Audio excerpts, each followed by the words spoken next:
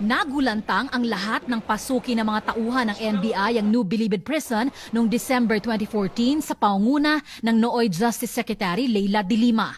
Unang pinasok ng grupo ang selda ni convicted drug lord Jojo Baligad. Kompleto sa malaking TV, PlayStation at refrigerator. May bathtub pa na may jacuzzi. May sarili ring kwarto si Baligad na may magandang kama at merong life-size na sex doll. Nakakita rin ang hinihinalang shabu at pera na kulang-kulang sa 200,000 piso.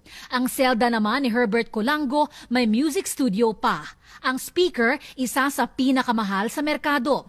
Carpeted ang selda at pag-akyat sa ikalawang palapag, nandun ang kanyang private office na air-conditioned. May nadiskubre ring 6 na mamahaling relo na pag-aari niya.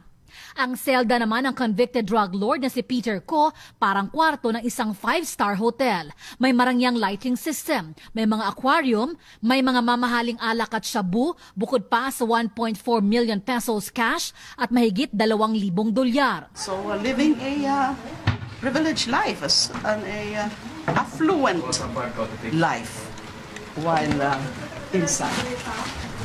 Totally unacceptable.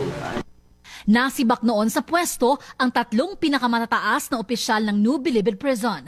Nasundan pa ang raid ng maraming iba pa.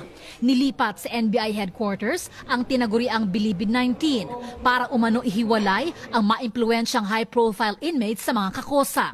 Umani ng papuri noon si de Lima dahil siya lang ang pinuno ng DOJ na nakagawa ng ganoong klaseng operasyon sa loob ng Bilibid.